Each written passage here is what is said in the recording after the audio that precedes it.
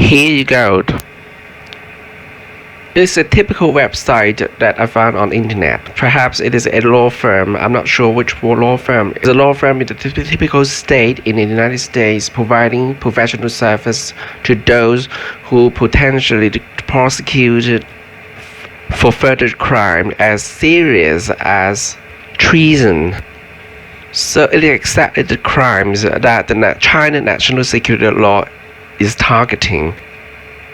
The crimes involve treason, sedition, subversive activities. And in order to attract clients, it specifies some introduction to what service they're going to provide for the suspect. Let us see below what it's like. When introducing the federal laws on treason, it triggered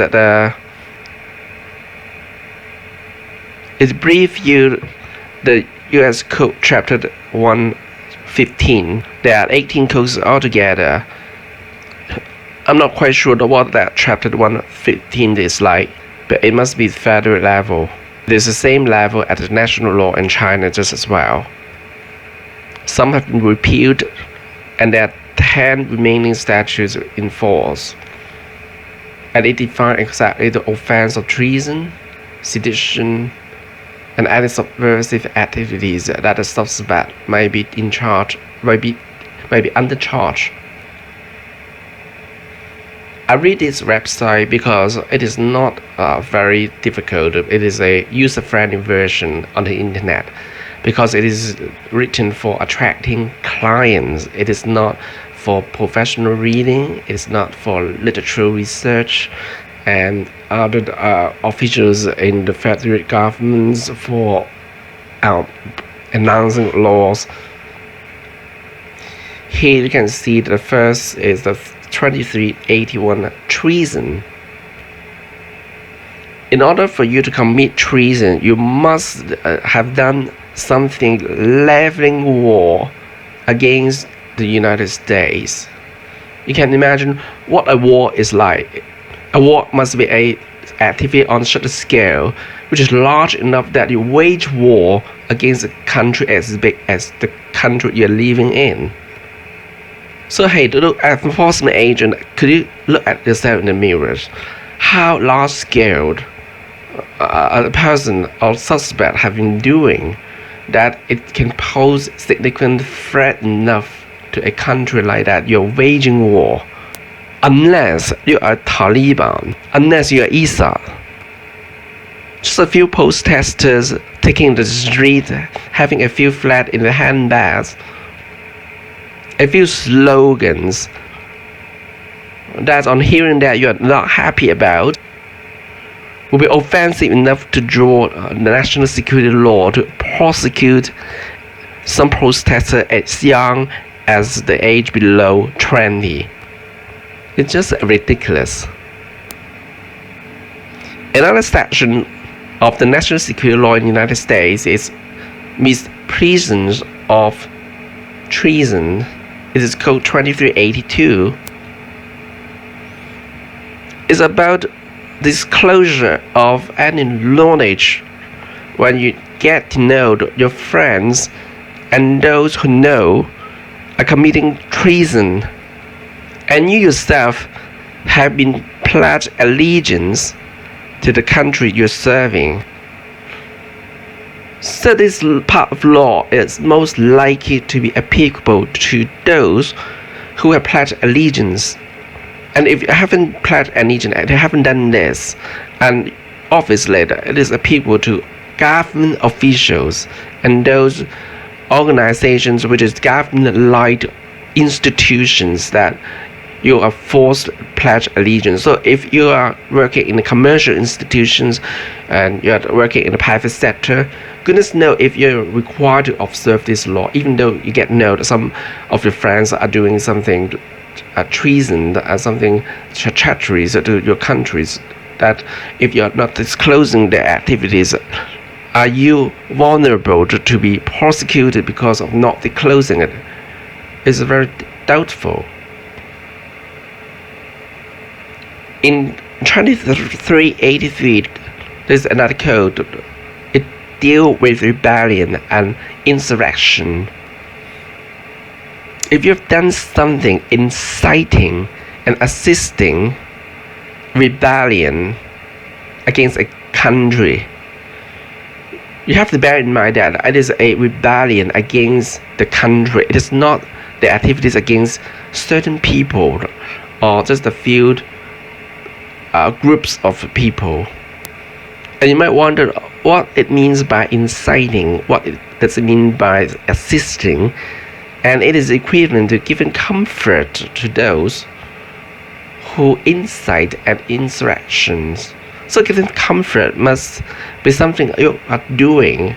There's some activities that's evidently you can't deny, and it got caught by the police or the prosecutor or enforcement agents that you cannot explain away. So it must be objective evidence that people must have. It's not just some sentiments or some unhappiness, some feelings that the enforcement agents feel about. It must be some activities that evidently you have done that subject you under potential charges.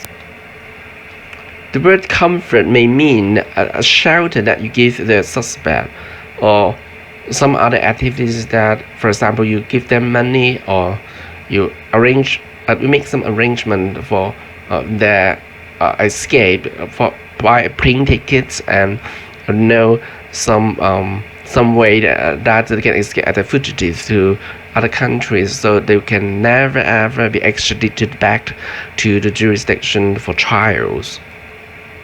Or you may just give some substantive activities that to cover the suspect from being arrested, so that enforcement agents or the police officers are never able to locate the suspect, and you're able to do that, and you provide a storage place for the suspect that is very much equivalent to giving comfort.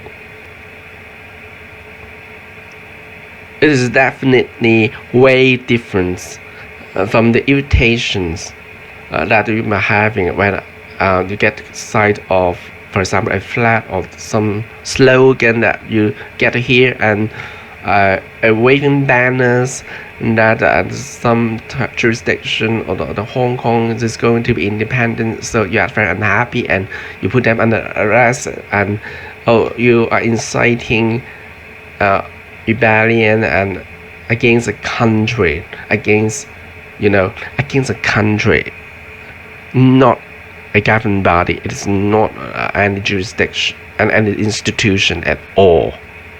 It's offense against a country. What a country means, it consists of a group of people, a large institutions that involving over a few millions people, that you're putting them in danger, and your activity jeopardizes their safety, stability for the governmental administration, for example, collecting tax and maintaining the laws and orders, and your activities are flattening them.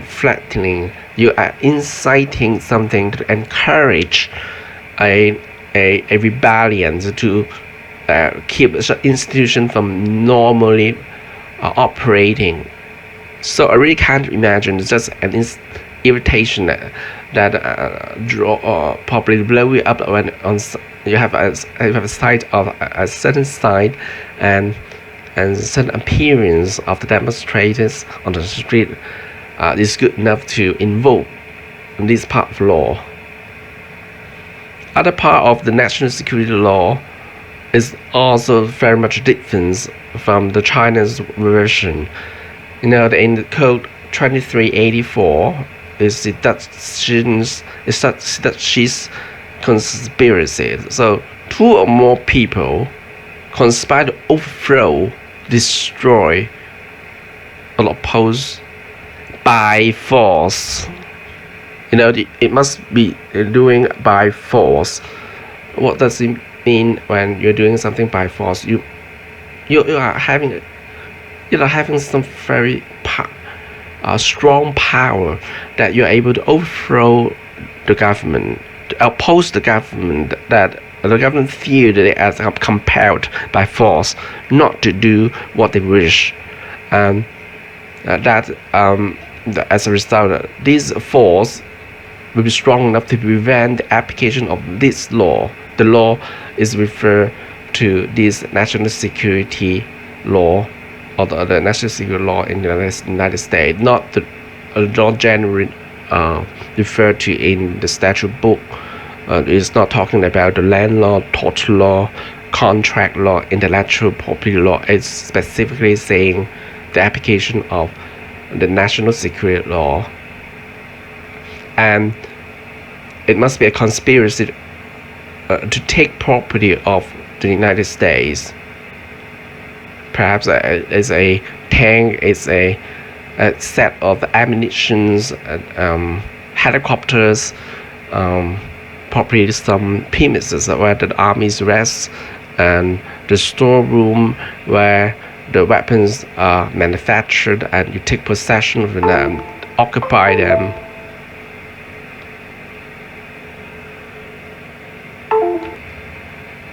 I agree that the penalties must be very high. I don't disagree with it, and subversion and subversive activities are very serious crimes. So in the United States, imprisonment are very high. It's up to 20 years for seditious conspiracy, and even for treason. Treason is a very serious crime, much more serious than other crimes. There's a minimum imprisonment of 5 years, even though the United States adopted common law, so there is minimum penalties for treason.